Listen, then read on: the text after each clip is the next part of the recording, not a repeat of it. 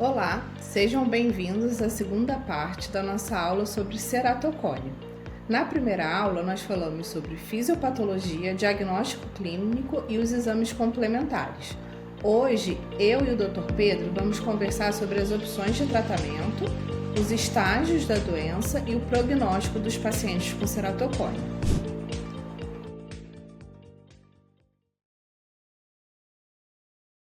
Bom, esse é um tema bastante importante, igual a gente conversou na última aula, que o manejo adequado do ceratocone, ele depende diretamente do estágio da doença e da taxa de progressão. E a gente teve avanços e continuamos tendo avanços, né, especialmente com o crosslink corneano, que mudou completamente a história natural da doença.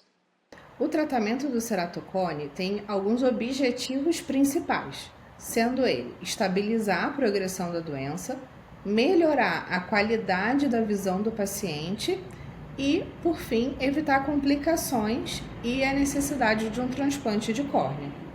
De modo geral, o manejo ele é feito em etapas progressivas, como se estivesse fazendo uma escadinha de progressão do tratamento de acordo com a gravidade. E a gente pode dividir em opções não cirúrgicas e opções cirúrgicas. Alex, em relação às abordagens não cirúrgicas, Nas fases iniciais, quando o paciente tem uma boa visão, né, uma boa acuidade visual, nós podemos inicialmente tentar fazer uma correção óptica com óculos. Mas, se a gente notar que o paciente está apresentando um avanço do afinamento e da irregularidade de córnea e o astigmatismo já estiver muito irregular, aí os óculos eles passam a não ser suficientes para corrigir de forma adequada a visão desse paciente. E aí, nesse momento, a gente vai precisar passar já para uma segunda etapa do tratamento. sim, e aqui a gente pensa nas lentes de contato especiais, por exemplo, que tem um papel essencial no tratamento. Aqui a gente vai pensar nas lentes rígidas gás permeáveis, que costuma ser o padrão ouro para correção óptica. Aqui a gente cria uma superfície regular sobre a córnea e irregular. É o padrão ouro nos pacientes que não adaptaram, que a gente tem um astigmatismo muito irregular, que a gente consegue modelar literalmente a córnea. A gente tem uma lente híbrida, que vai combinar o centro rígido com a borda gelatinosa, melhora o conforto desses pacientes, a adaptação. E a gente tem as esclerais, que a gente indica em casos mais avançados, que elas vão apoiar na esclera. Então, cria uma película, um filme lacrimal entre a lente e a córnea, que mascara as irregularidades da córnea. E é importante lembrar que a lente de contato, ela não tem como objetivo tratar o ceratocone. Ela não é um tratamento para a doença, mas o objetivo dela é proporcionar uma melhor visão e, como consequência, uma melhor qualidade de vida para o paciente.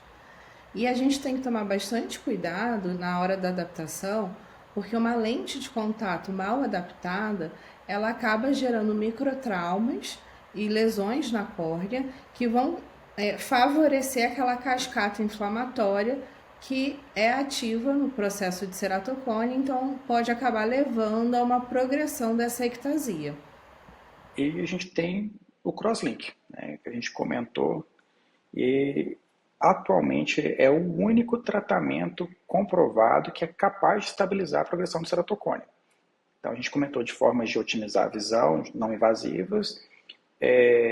A gente tem outras formas cirúrgicas, mas a única forma que a gente tem de evitar a progressão é com crosslink. E o princípio do crosslink é que ele aumenta as pontes de ligação covalente, as ligações cruzadas entre as fibras de colágeno do estroma. Então torna a córnea mais rígida e mais resistente à deformação.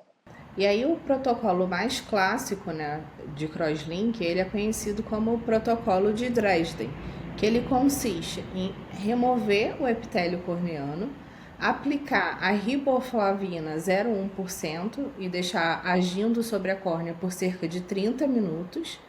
E aí depois a gente vai irradiar essa córnea com uma luz na onda, né, de 370 nanômetros por mais ou menos 30 minutos. E hoje a gente tem protocolos acelerados. Esse protocolo é o tradicional, é o que a gente tem mais estudos, mas a gente tem protocolos acelerados e transepiteliais, onde a gente mantém o epitélio, onde a gente não faz essa remoção do epitélio, que além de reduzir o tempo de procedimento, a gente diminui o desconforto pós-operatório, que pelo menos quando os pacientes que eu faço crosslink, a maior queixa é a dor no pós-operatório. Então, você faz cirurgia de catarata, cirurgia de glaucoma, cirurgia de retina, cirurgia de pterígio, o que for, dói menos do que o crosslink. Pelo menos o desconforto no pós-operatório não costuma ser tão grande. E com esses novos protocolos, a gente diminuiu bastante o desconforto no pós-operatório. E a vantagem é que, em paciente jovem ou em progressão ativa, o crosslink ele evita muitas vezes a necessidade de transplante, quando indicado a tempo. Perfeito, Pedro. E assim, é um procedimento muito seguro, né? As complicações associadas aos crosslink, elas são bem raras. Mas quando existe, a gente tem sempre o risco de infecção. A gente pode ter um retardo da cicatrização do epitélio, e isso na técnica mais moderna, transepitelial, né, deixa de ser um problema. E a gente pode ter também a formação de um raise corneano, que eventualmente pode se tornar uma opacidade de córnea permanente. Por isso, a gente não indica o crosslink para todo paciente, né? A gente tem que fazer uma indicação criteriosa. Então, a gente acompanha esse paciente ambulatorialmente há alguns meses, e aí a gente tendo uma progressão de doença bem documentada, seja através dos exames de topografia, ou a gente percebendo na refração que a gente está tendo uma progressão desse astigmatismo, aí sim a gente tem uma segurança para indicar a realização do crosslink. Perfeito. Então, o crosslink é o que a gente tem como forma de estabilizar a doença. E agora, formas mais invasivas, formas cirúrgicas de a gente otimizar a visão do paciente, que não sejam óculos, lentes de contato, a gente tem os anéis. Então, os anéis intracorneanos. Os anéis intracorneanos, como o Intex ou Ferrara, eles são implantes semicirculares que a gente introduz no estroma médio da córnea. Qual que é o objetivo? A gente está adicionando tecido. Então, se a gente está adicionando tecido na córnea, a gente está tentando regularizar aquela curvatura, reduzir a irregularidade e a magnitude do astigmatismo e melhorar a qualidade visual. Muitas vezes os anéis eles vão facilitar a adaptação a uma lente de contato, ou muitas vezes ela permite que o paciente ele volte a conseguir usar óculos, né, com uma qualidade de visão suficiente. E aí aqui eu acho que é interessante, Pedro, a gente fazer um adendo, né, trazer uma informação adicional, que o anel ele não é uma opção ao crosslink, né? Não é uma terapia substitutiva. Muitas vezes, inclusive, elas são terapias complementares. Então, quando a gente tem um paciente que está com uma progressão do ceratocone documentada, a gente pode indicar o crosslink. E se esse paciente já está com uma irregularidade que está dificultando a adaptação à lente de contato, a gente pode também indicar o anel. E aí é importante falar que o anel ele já pode ser indicado em casos leves a moderados e com a córnea transparente. Então é uma opção bem interessante e bem segura também, né, Pedro? Sim, extremamente segura, porém não isenta de riscos de algumas complicações.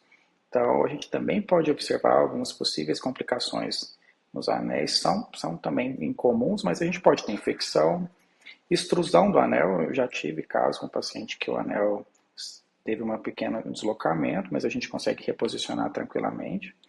E migração também. Então, assim, o resultado varia bastante. É importante selecionar bem o paciente, e aqui não é bem uma receita de bolo, porque na hora de indicar o anel, vai entrar a refração do paciente, a análise topográfica, tomográfica desse paciente, a berrometria, quando possível, ajuda bastante. E essa é uma área que continua, assim como o crosslink, também está avançando bastante. Então, os anéis que foram desenvolvidos algumas décadas atrás diferem dos que a gente usa hoje, e tem cada vez surgido segmentos diferentes, com materiais diferentes, inclusive. Então, é uma área que está avançando bastante. Outra coisa que eu acho interessante a gente trazer, que ainda é usada essa técnica, né? Mas eu acho que em grandes centros cada vez menos.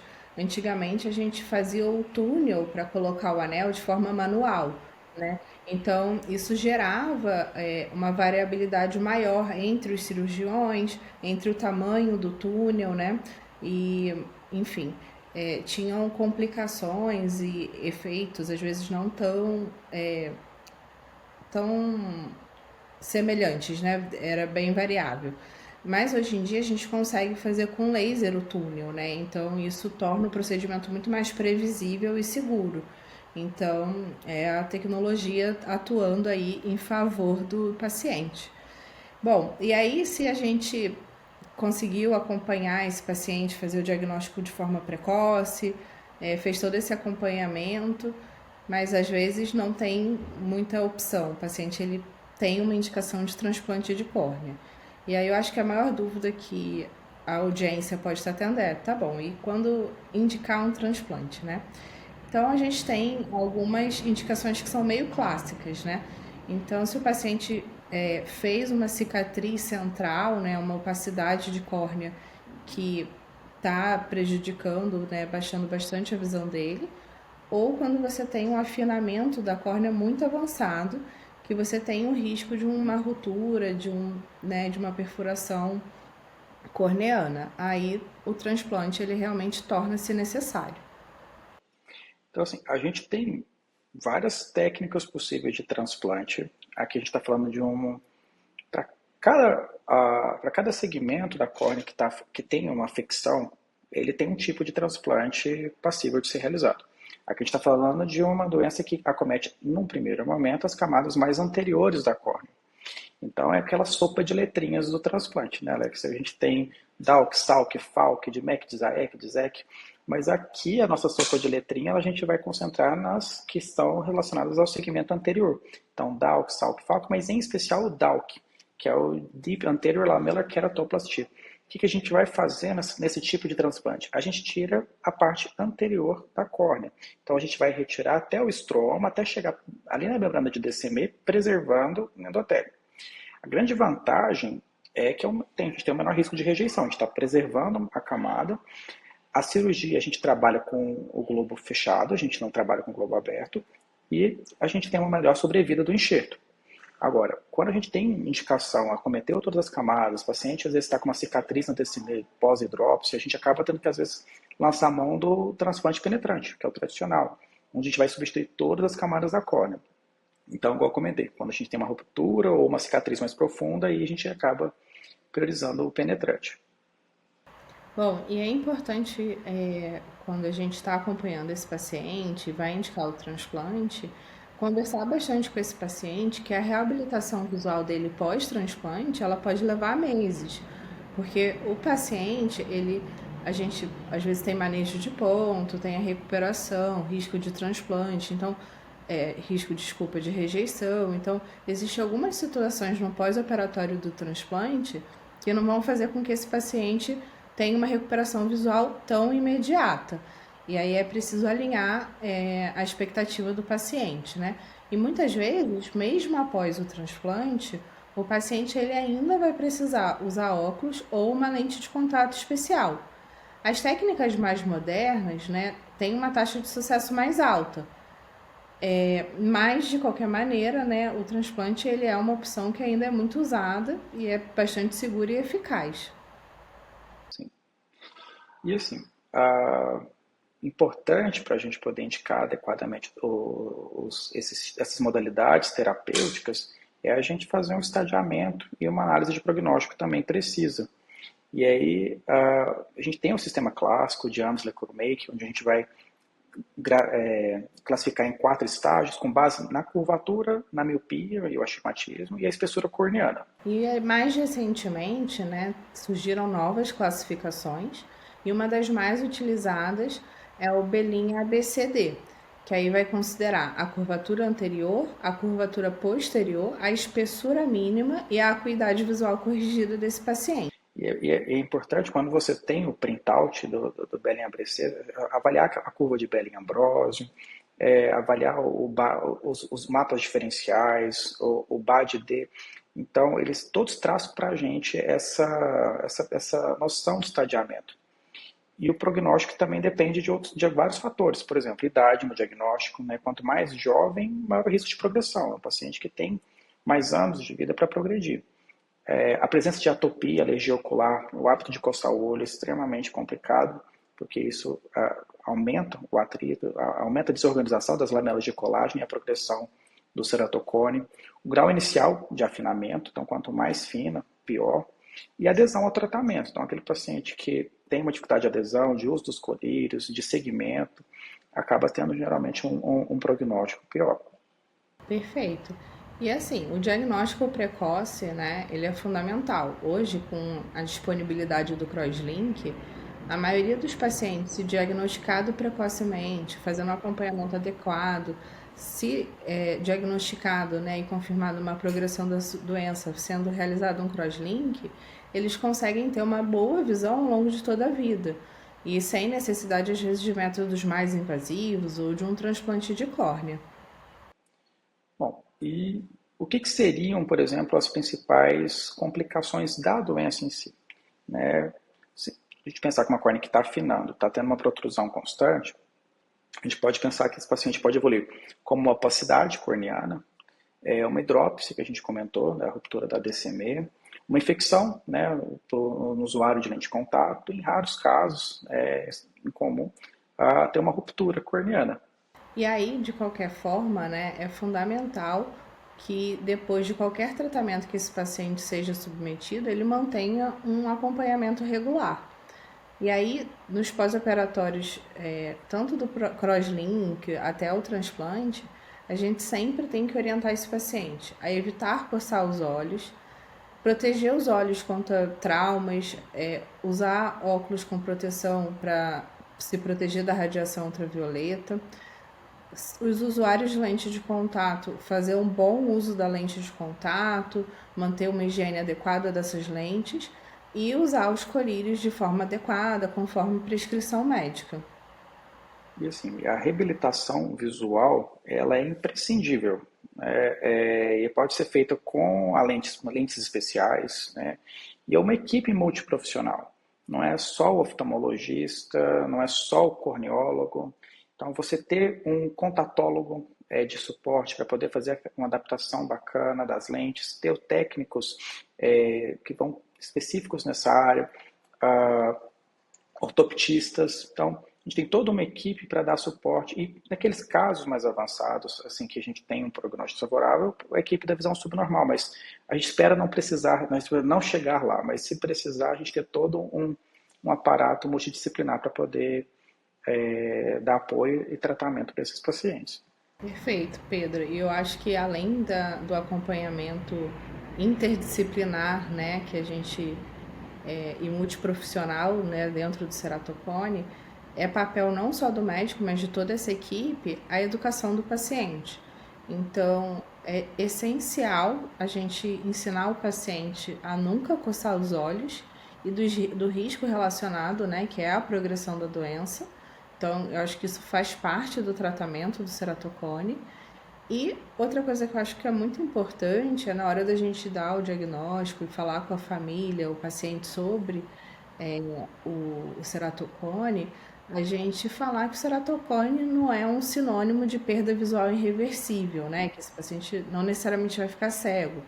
E aqui, né, a ceratocone são pacientes muito jovens, então às vezes a gente está fazendo esse diagnóstico para crianças. Então, é importante falar que com o diagnóstico precoce, as possibilidades múltiplas de tratamentos, que eles vão ser totalmente individualizados para o caso daquele paciente, o paciente fazendo um bom acompanhamento, né, de forma regular, ele muito provavelmente vai manter uma boa visão e, como consequentemente, vai ter uma vida normal, uma boa qualidade de vida durante muitos anos. E frisar assim, a importância desse acompanhamento interdisciplinar. Né? Facilita a adesão do paciente, ele vê que está sendo abordado por uma equipe ampla, né, do cirurgião, contatólogo, educador visual, e trazer responsabilidade, dividir, na verdade, essa responsabilidade com a família é importante. A gente está falando muitas vezes de uma doença que está cometendo criança, adolescente, então trazer a família junto para poder ajudar na adesão, ajudar no acompanhamento. Perfeito. E aí, hoje a gente está encerrando agora a nossa segunda aula. E na próxima aula, vai ser a nossa última aula da série, a gente vai fazer um formato um pouco diferente. Nós vamos trazer os mitos e as verdades sobre o ceratocone. E aí a gente vai tentar desmistificar as dúvidas mais comuns e que são frases e crenças bem comuns do dia a dia do consultório. E aí a gente espera vocês na próxima aula E se vocês acharam que esse conteúdo foi interessante e útil, compartilhe com seus colegas. Obrigada! Até mais.